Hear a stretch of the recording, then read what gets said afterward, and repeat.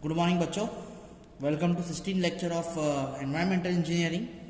आज हम पढ़ेंगे fluctuation in demand of water. ठीक है, हमने factor affecting per capita demand पढ़ लिया था इससे पिछले वाले लेक्चर में।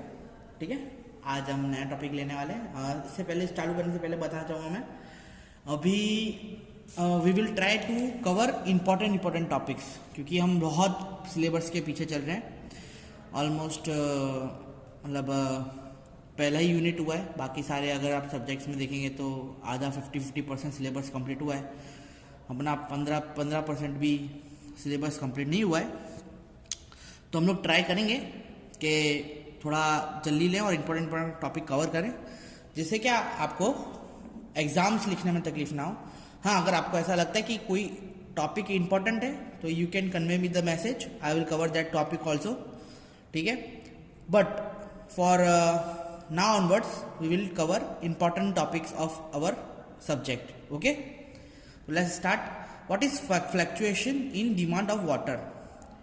The per capita demand in the average consumption of the year is known as fluctuation demand. ठीक है, पर कैपिटा डिमांड किसको बोलते हैं? पर कैपिटा डिमांड बोलते हैं average consumption of the year, मतलब कितना एक साल के अंदर कंजप्शन हो रहा है वो टाउन या सिटीज में, उसको अपन बोलेंगे पर कैपिटा डिमांड। ठीक है, पर capita demand varies not only for the year two year, from season to season. सिर्फ साल से साल ही वो जो पर कैपिटा डिमांड है वो चेंज नहीं होती है, सीजन टू सीजन भी होती है और डे टू डे भी होती है। ठीक है, आवर टू आवर भी हो सकती है। ठीक है, क्योंकि वेरिएशंस इन वाटर ये हमारा फिक्स नहीं रहता ना कि हम पानी एक घंटे बाद रोज पानी पिएंगे, या रोज सुबह 9 बजे उठ के पानी पिएंगे, या रोज सुबह 9 उठ के हम 5 लीटर ही पानी पिएंगे, 1 लीटर ही पानी पिएंगे। समझ में मैं क्या बोल रहा हूँ? कभी हमको प्यास ज़्यादा लगी होगी तो हम ज़्यादा पानी पिएंगे, कभी हमको प्यास कम लगी होगी तो हम कम पानी पिएंगे, कभी विंटर का सीजन होगा तो हमारा जो पानी का कंजप्शन है वो ज़्यादा होगा, कम होगा, और समर का सीजन होगा तो हमारा जो पानी का कंजप्शन है वो ज़्यादा होगा, क्योंकि गर्मी की वजह से डिहाइड्रेशन बॉडी के अंदर होता है। समझ में आया ना मैं क्या बोल रहा हूँ? तो इस तरीके से जो फ्लक्चुएशन, आपको टॉपिक के ऊपर से पता चल जाना चाहिए कि what is fluctuation in demand. ठीक है, अब सीजनल 2 तरीके की इसके अंदर डिमांड होती है। जो पहली जो डिमांड होती है उसको अपन बोलते हैं सीजनल फ्लक्चुएशन। अब सीजनल फ्लक्चुएशन क्या होता है भाई? तो सीजनल फ्लक्चुएशन में जैसे मैंने आपको बताया कि बाथिंग, फिर स्ट्रीट स्प्रिंकलिंग, ये सब की जो डिमांड होती है वो सीजन में अपनी ज़्यादा होती है। ठीक है, क्या बोलते हैं, आपने पेड़ जो आपने रोड के बाजू में लगाए हुए होते हैं पेड़, तो वो भी ज़्यादा पानी सोखेंगे। कब? जब समर होगा तब। समझ में? तो उन प्लांट्स को अच्छी तरीके से पानी देने की जो डिमांड रहती है वो ऐसे सीजन्स में बढ़ जाती है। तो उसको अपन क्या बोलेंगे? Fluctuation in demand of water, but seasonally हो रही है। ठीक है, सीजनली होगी। मैंने जैसे कि आपको बताया सीजनली यानी विंटर में अपन को कम पानी की जरूरत पड़ेगी और समर में अपन को ज़्यादा पानी की जरूरत पड़ेगी। ठीक है, ये जो वेरिएशन आ रहा है सीजन टू सीजन, मतलब summer to winter, winter to summer, जो भी वेरिएशन आता है उसको अपन क्या बोलते हैं? Seasonal demand. क्लियर है? सेकेंड, अगर आप जो डिमांड देखेंगे वो daily and hour fluctuation, daily and hourly fluctuation. ठीक है, 2 तरीके के फ्लक्चुएशन, एक तो सीजनल फ्लक्चुएशन अपन ने पढ़ लिया। अब डेली एंड आवरली फ्लक्चुएशन क्या होती है? तो ये जो डिमांड होती है वो हैबिट ऑफ द पीपल या क्लाइमेटिक कंडीशंस या वो जो सिटीज है उसकी कैरेक्टरिस्टिक्स के ऊपर डिपेंड रहती है। ठीक है, ये जो डिपेंड रहती है किस पे डिपेंड रहती है? Depend on season. क्लियर है? और it depends on demand, habit of people और कैरेक्टर ऑफ सिटी। मतलब रेसिडेंशियल एरिया ज़्यादा है, कॉमर्शियल एरिया ज़्यादा है। ठीक है, ये जो एरिया है उसके हिसाब से जो डिमांड है उनकी बनती है। क्लियर है? More water demand will be on the Sunday, Sunday को आपको ज़्यादा वाटर डिमांड देखने के लिए मिलेगी। ठीक है, लोग कंफर्टेबली वॉशिंग करते हैं, बाथिंग करते हैं। ठीक है, अब अदर्स डे के मुकाबले अगर आप डिमांड देखेंगे मंडे से सैटरडे की, अब अगर उसमें भी अगर आप देखेंगे तो संडे को हॉलीडे के जो दिन होते हैं, पीक आवर बोलते हैं जिसको, 8 AM, ठीक है, या लेट वेकिंग आवर्स बोलते हैं, तो वहाँ पे आप वाटर डिमांड की कंजप्शन आप ज़्यादा देखेंगे। ठीक है, इसलिए मैं बोल रहा हूँ कि जो हमारा कंजप्शन है वो डे टू डे भी बदलता है। ठीक है, जैसे कि मैंने बोला मंडे टू सैटरडे कम कंजप्शन होगा और संडे को ज़्यादा कंजप्शन होगा अपना वाटर का। वैसे ही आवरली भी ये कंजप्शन बढ़ता है। जैसे कि आप देखेंगे हमारी जो जनता है, पब्लिक है, सुबह 6 बजे से लेके 9 या 10 बजे तक हमारा जो नहाना, पानी धोना सब उसके अंदर आ जाता है। तो जो डेली उसके बाद हम पानी का सिर्फ पीने में यूज़ करते हैं, ज़्यादातर कुछ चीज़ हम और कोई एक्स्ट्रा चीज़ में अपन उसको यूज़ करते नहीं है। समझ में आया मैं क्या बोल रहा हूँ? इस हिसाब से जो हमारा डेली कंजप्शन है वो बढ़ता है। सुबह 6 से 9 बजे तक बहुत ज़्यादा कंजप्शन रहेगा, फिर कम रहेगा, फिर शाम को जब पब्लिक लौटेगी 7 से 8 बजे तक जब आपको पानी का वापस से कंजप्शन देखने के लिए मिलेगा। ठीक है, तो इस तरीके से जो रेट है पानी के कंजप्शन का वो आवरली भी डिपेंड करता है और डेली बेसिस पे भी वेरीज होता है। तो ठीक है, बहुत मुश्किल है इसको अंदाज़ा लगाने के लिए, पर कुछ फॉर्मूलाज इन लोगों ने देके रखी है मतलब फ्लक्चुएशन फाइंड करने की। तो कौन से फॉर्मूला से वो अपन देख लेते हैं कि अगर देखा जाए कि परसेंटेज में अगर हम वेरियस फ्लक्चुएशन का अगर हमको फॉर्मूला निकालना हो तो हम इस तरीके से उसको लिख सकते हैं, the percentage of various fluctuation are taken as under, सबसे पहला मैक्सिमम सीजनल कंजप्शन जो कि होता है 130% of annual average daily rate of demand. ठीक है, उसको अपन बोल सकते हैं 1.3 QP। ठीक है, ये हो गया हमारा मैक्सिमम सीजनल कंजप्शन। कितना होता है? 130% किसका? वो 130% of annual average daily rate of demand. समझ में आया? फिर मैक्सिमम मंथली कंजप्शन अगर हम देखेंगे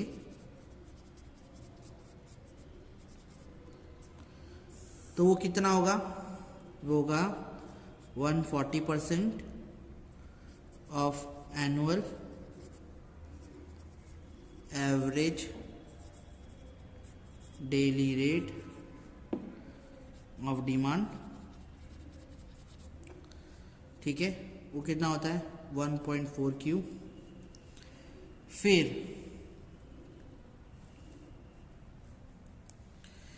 फिर आता है मैक्सिमम डेली कंजप्शन। वो कितना होता है? 180% of annual average daily rate of demand. वो होता है 1.8 Q। और फिर आता है मैक्सिमम आवरली कंजप्शन। वो होता है 150% of average for the day 1.5 Q। ठीक है, ये इंपॉर्टेंस डिमांड है सीजनल वाइज, मंथली, डेली और आवरली। कितना कितना? 1.3 Q। ठीक है, Q is annual average daily rate of demand, ठीक है। मंथली अपना 1.4 रहेगा, डेली 1.8 कंजप्शन रहेगा, मैक्सिमम वेरिएशन फ्लक्चुएशन का, ठीक है। और 1.5 क्यू जितना रहेगा अपना आवरली। क्लियर है? आपको इसमें से ऐसे इस तरीके से कंसिडर इसे करने का रहेगा, है ना। अब maximum hourly consumption of the maximum day, उसको अपन क्या बोलते हैं? Peak demand. पीक डिमांड निकालना होता है आपको, किस तरीके से पीक डिमांड निकालेंगे आप, ठीक है। मैं यहाँ पे आपको लिख के बताता हूँ इस चीज का। पीक डिमांड की डेफिनेशन क्या हो गई? मैक्सिमम आवरली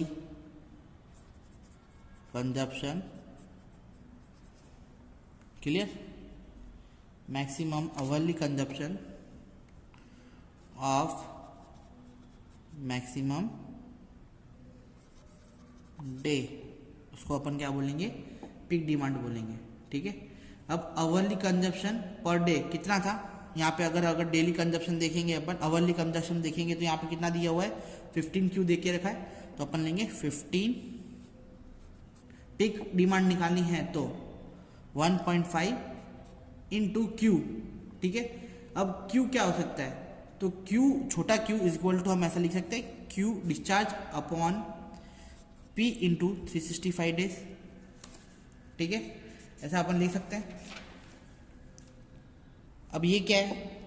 ये जो चीज हमने क्या निकाली यहाँ पे, ये हमने आगे पढ़ा था। अगर आपने आगे के लेक्चर्स देखे होंगे तो आपको पता चल जाएगा। This is per capita demand, this is formula of पर कैपिटा डिमांड, ठीक है। एक जन के लिए आवरली कंजप्शन निकालने पीक डिमांड के अंदर कितना होगा, तो उसका फॉर्मूला मैक्सिमम आवरली कंजप्शन से पहले अपन क्या करेंगे? 15 क्यू ले लेंगे। अब ये क्यू को अपन लिख सकते हैं क्या है? What is per capita demand, ठीक है। What is per capita demand का formula? Q upon P into 365, where the Q is total quantity of water required for per town per year, ठीक है। And what is P? P is population of town. Clear है? इस तरीके से अपन लिख सकते हैं, है ना। अब this is what is Q? 1.5 into Q, ये एनुअल कंजप्शन है, ठीक है। अब एनुअल कंजप्शन अगर अपन देखेंगे तो कितना है यहाँ पे? डेली कंजप्शन यानी अगर देखेंगे तो कितना है? Q is daily consumption, clear. तो क्यू इज डेली कंजप्शन, तो यहाँ पे क्यू को अपन 1.8 क्यू लिख सकते हैं, ठीक है। तो यहाँ पे मैं क्यू की जगह क्या लिख दूंगा? 1.8 क्यू, ठीक है, divided by P into 365 days, ठीक है। 365 डेज पर मेरे को कितने दिन का निकालने का है? अभी मेरे को एक दिन का निकालने का है। 365 डेज को अपन माइनस कर देंगे और अपने यहाँ पे उसकी जगह लिख देंगे पी इंटू 36 की जगह लिख देंगे, क्योंकि अपने पास पॉपुलेशन की अभी डिमांड है नहीं, ठीक है। अपन को पीक डिमांड निकालना है तो पॉपुलेशन को भी अपन हटा देंगे और उसकी जगह लिख देंगे अपन 24 क्यू अपॉन 24। 1.8 को अपन आगे ले जाएंगे तो अपने पास हो जाएगा 2.7 इंटू क्यू अपॉन 24, ठीक है। जो कि क्या हुआ अपना, ये अपन को मिल गया formula for hourly demand, annual average hourly demand अपन को इससे मिल गई। क्लियर है? ठीक है। तो this is the formula of 2.7 is annual average hourly demand. Clear है? समझ में आया?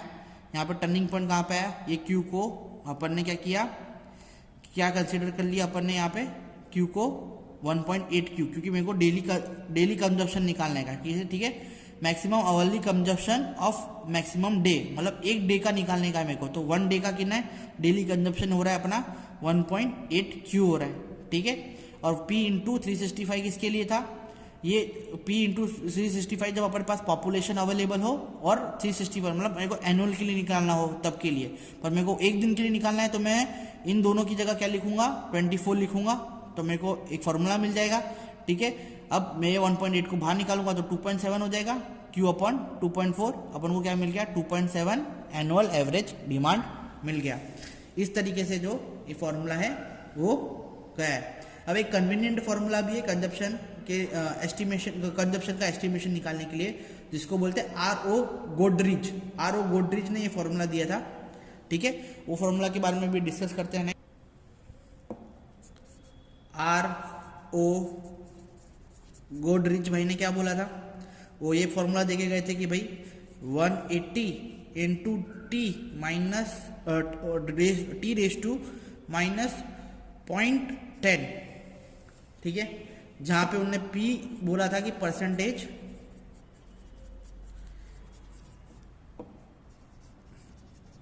ऑफ एनुअल एवरेज कंजप्शन है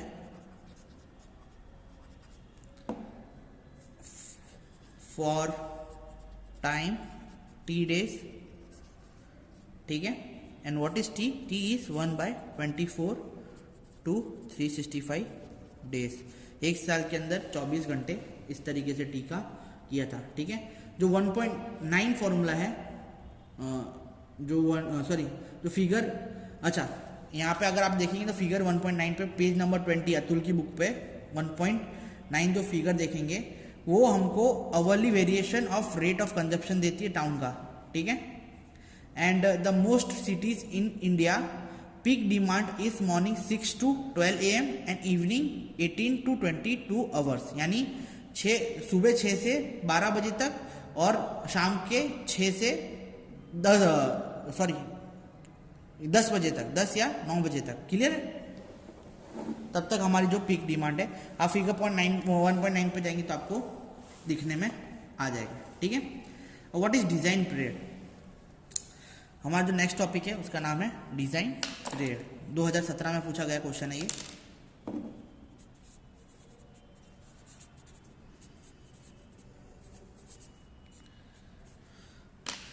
डिजाइन पीरियड क्या होता है, ठीक है। तो डिजाइन पीरियड कुछ नहीं होता, the estimation of quantity of water required for municipal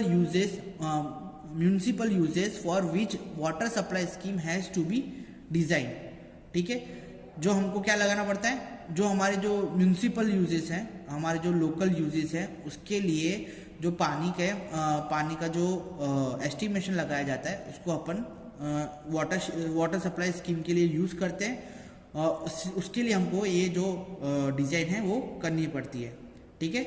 should be work out with the due to provision for the estimation requirement of the future period for which provision is made in water supply scheme is known as design period, ठीक है।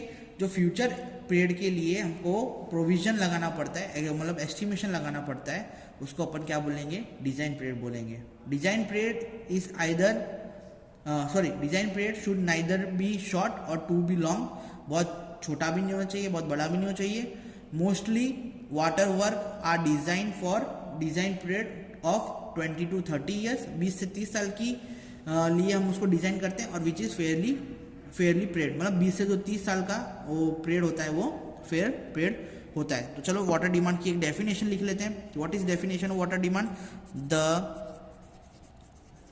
Future period for the provision is made in the water supply scheme is known as design period, ठीक है। Design period should not be too short और too long, ठीक है। It should be design water work are design for 20 to 30 years, ठीक है, which is fairly good period. समझ में आ गया है ना। इसके अंदर आपको एग्जाम्पल भी दिया हुआ है, ठीक है, एक सिटी का कि भाई population of certain city is 1 lakh in 2014, but in year 2034 it may be raise 2 lakh, मतलब डबल हो जाएगी.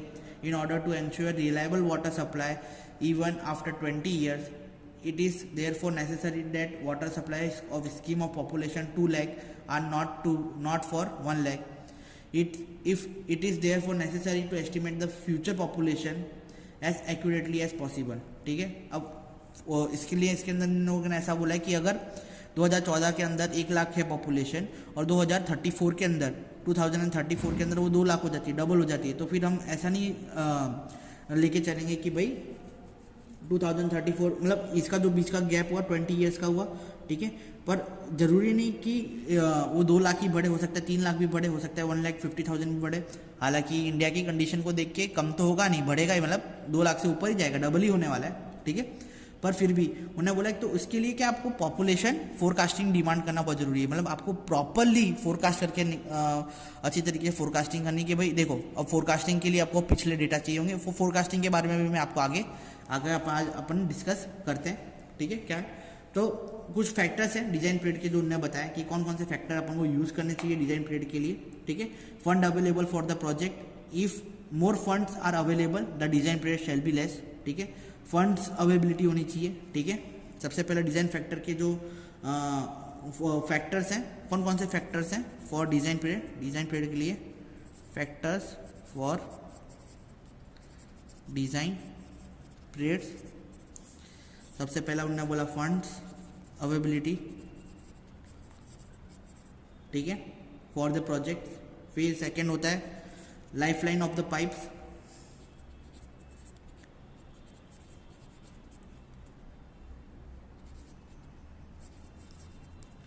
अच्छा मटेरियल यूज करेंगे उसके अंदर जिसकी वजह से उसकी लाइफलाइन और design period should be more than life of the material use in the scheme. मतलब जो मैं वो बिछा रहा हूँ वाटर सप्लाई की पाइप्स बिछा रहा हूँ उसकी लाइफ अच्छी होगी तो मुझे बार बार डिजाइन पीरियड नहीं निकाल के देना पड़ेगा क्योंकि वाटर लॉस कम होगा उसकी वजह से, ठीक है. थर्ड अपना बोल सकते हैं अपन कि rate of interest on the loan और take to the completely project. Rate of interest जो लोन के ऊपर होता है वो देना चाहिए प्रोजेक्ट के ऊपर, ठीक है. Rate of interest on the loan taken to complete the project, ठीक है. जो रेट ऑफ इंटरेस्ट है उसको थोड़ा कम रखना चाहिए डिजाइन पीरियड के लिए, ठीक है. फिर anticipate rate of population growth, मतलब कंटिन्यूसली अपन को पॉपुलेशन ग्रोथ के ऊपर ध्यान देना पड़ेगा, ठीक है. पॉपुलेशन ग्रोथ एक अपना चौथा पॉइंट हो गया, ठीक है. पांचवा पॉइंट है अपना कौन कौन से फैक्टर के लिए, तो easy and difficulty that is likely to be faced in expansions if undertaking future data. For example, more difficult expansions means choosing a higher value of design period. मतलब अच्छी तरीके से अपने को फ्यूचर पॉपुलेशन का प्रिडिक्शन लगाना है क्योंकि जितना ज़्यादा एक्सपेंशन होगा मतलब जितना ज़्यादा बढ़ावा होगा किसके अंदर फ्यूचर डेटा के अंदर उतना ज़्यादा मेरा डिजाइन पीरियड के अंदर जो वैल्यू अपन को हायर मिलेगी, ठीक है. हायर द एक्सपेंशन ऐसा लिख सकते हैं, higher the expansion, higher the value of design period, ठीक है. ये जो फैक्टर्स है वो आपको दिमाग में लेके चलना है, ठीक है. तो ये था हमारा डिजाइन पीरियड का पूरा कॉन्सेप्ट, ठीक है. अब जो आएगा नेक्स्ट टॉपिक है वो है अपना पॉपुलेशन फोरकास्टिंग, ठीक है.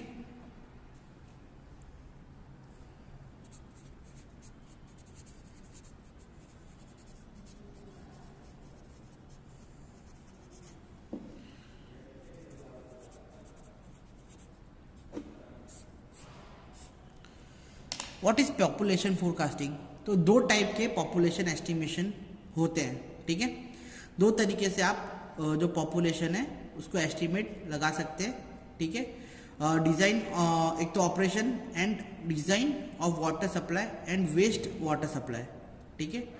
Two type of population estimates are needed for operation and design of water supply and water waste water work, ठीक है। वाटर सप्लाई के लिए और वेस्ट वाटर वर्क के लिए दो तरीके की डिज़ाइन नेसेसरी है।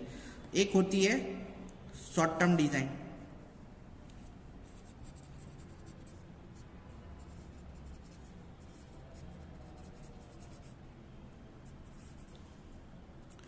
जिसकी रेंज होती है कितनी, 1 से 10 साल की, ठीक है। और दूसरी होती है लॉन्ग टर्म एस्टिमेशन, जिसका रेंज होता है 10 से 50 साल और उससे ज़्यादा भी। किसके लिए एस्टिमेशन लगाया जाता है? For water supply and waste water supply schemes. समझ में आया? ठीक है। अब population are increase by the birth and decrease by the death, ठीक है। डेथ तो होती नहीं है और पॉपुलेशन की अपनी ग्रोथ बढ़ती जाती है, ठीक है। फिर इंक्रीज बाय द माइग्रेशन, कौन कौन सी वजह से जो पॉपुलेशन है वो इंक्रीज होती है? एक तो बर्थ होने से, ठीक है, माइग्रेशन होने से, जैसे कि आजकल आप देखोगे तो कनाडा में पॉपुलेशन किस तरीके से बढ़ रही है, तो यहाँ से गुजरात से, पंजाब से, ठीक है, अलग अलग जगह से इंडिया से लोग क्या हो रहे हैं, माइग्रेट हो रहे हैं वहाँ पे, ठीक है। फिर this all 4 factors effect the change in population, ठीक है।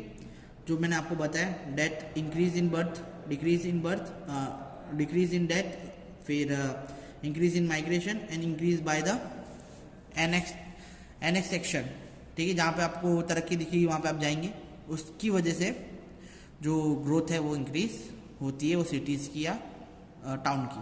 समझ में आया? ये जो 4 फैक्टर्स मैंने आपको बताए वो इफेक्ट करते हैं पॉपुलेशन फोरकास्टिंग के अंदर, ठीक है। The correct present and past population can be obtain from the census office. Census जो ऑफिस है वहाँ से आपको करेक्ट डेटा वहाँ से मिल जाएगा, ठीक है। Various method of population forecasting is differ appreciably, ठीक है। अलग अलग मेथड्स है अपने पास, both mathematical and graphical method, 2 methods है अपने पास, मैथमेटिकल एंड ग्राफिकल मेथड, जो एस्टिमेशन लगाती है पॉपुलेशन फोरकास्टिंग की। Some of this method are use when the design period is small and some of this methods are use when design period is large. जो मैं अभी ये methods आपको बताने वाला हूँ वो ग्राफिकल और मैथमेटिकल दोनों मेथड्स के नाम मैं यहाँ पे लिखूंगा। मेथड्स आपको हो सकता है मैं कल समझाऊँ, ठीक है। उसके बारे में डिस्कशन भी अपन शायद कल करेंगे, और पर उसके नाम आज हम देख लेते हैं कि कौन कौन सी मेथड्स हैं जो फॉर पॉपुलेशन फोरकास्टिंग में अपन को यूज़ होती है, ठीक है। वो मेथड पढ़ने के बाद अपन क्या करेंगे, उसके जो एक्सप्लेनेशन है वो कल पढ़ेंगे। एटलीस्ट अपन को पता होना चाहिए कौन कौन सी मेथड है, आपको ये मगअप करना है, ठीक है। बहुत बार क्वेश्चन आ चुका है, नवंबर 2018 में भी क्वेश्चन आ चुका है, तो प्लीज़ इसको ध्यान से पढ़िए। तो मैं आपको नेक्स्ट मेथड समझाता हूँ। पॉपुलेशन फोरकास्टिंग मेथड अगर देखी जाए तो जो इम्पोर्टेंट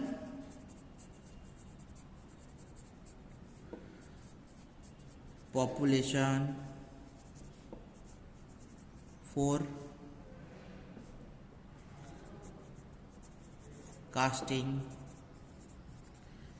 मेथड्स हैं आर, सबसे पहले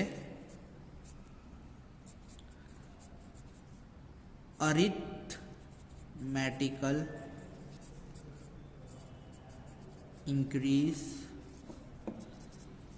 method, second geometrical increase method, फिर incremental increase method, 4 decreasing rate of growth method, ठीक है। 5th simple graphical method. Sixth, comparative graphical method. Seventh, zoning method, और उसको बोलते हैं मास्टर प्लान मेथड। ठीक है, फिर इट हो गया रेशियो मेथड और एपोर्शनमेंट मेथड। 9 हो गया लॉजिस्टिक कर्व मेथड। ठीक है, ये सारी मेथड का नाम है जो पॉपुलेशन फोरकास्टिंग में अपन यूज़ करेंगे। इसमें से कुछ मेथड अपन कल डिस्कस करेंगे। ठीक है, जो इंपॉर्टेंट मेथड है और जो पूछी गई है वो मेथड अपन कल डिस्कस करेंगे। और ऑलमोस्ट सारी की सारी मेथड यूज़ होती है अपने को कहाँ पे, पॉपुलेशन फोरकास्टिंग के अंदर। और फिर उसके सम्स देखेंगे अपन, 2-3 बार सम्स पूछे गए। ठीक है, और उसके बाद फिर हम चलेंगे नए टॉपिक्स के ऊपर। क्लियर है, आज के लिए हम इतना ही रखते हैं, कल नए टॉपिक के साथ मिलेंगे। और जो मेथड से अच्छी तरीके से मगअप कर लीजिए। ठीक है, अर्थमेटिकल AGIDSCZRL। ठीक है, इस तरीके से मगअप कर लीजिए AGIDSCZRL। ठीक है, ये चीज़ आपको याद रखनी पड़ेगी। Arithmetical method, geometrical method, incremental method, decremental method, decreasing rate of growth method. ठीक है, फिर simple graphical method, comparatively graphical method, zoning method. ठीक है, ratio method and logistic curve method. इस तरीके से आपको याद रखना है। मेरे साथ वापस से अगर ये वीडियो देख रहे हैं तो वापस से आप ये रिपीट करिए। Arithmetical method, geometrical method, incremental method, decrease rate of method, simple graphical method, comparatively graphical method, zoning method, ratio method and logistic curve method. ठीक है, चलो एक बार और। Arithmetical method, geometrical method, incremental method, decreasing rate of method, simple graphical method, comparative graphical method, zoning method, ratio method, logistic curve method. समझ में आया? AGIDSCZRL इस तरीके से याद रखना है। और यहीं पे हम अपना लेक्चर की समाप्ति करते हैं और कल मिलेंगे नए यही मेथड के एक्सप्लेनेशन के साथ। तब तक के लिए शुक्रिया, देखते रहिए और बढ़ते रहिए। धन्यवाद।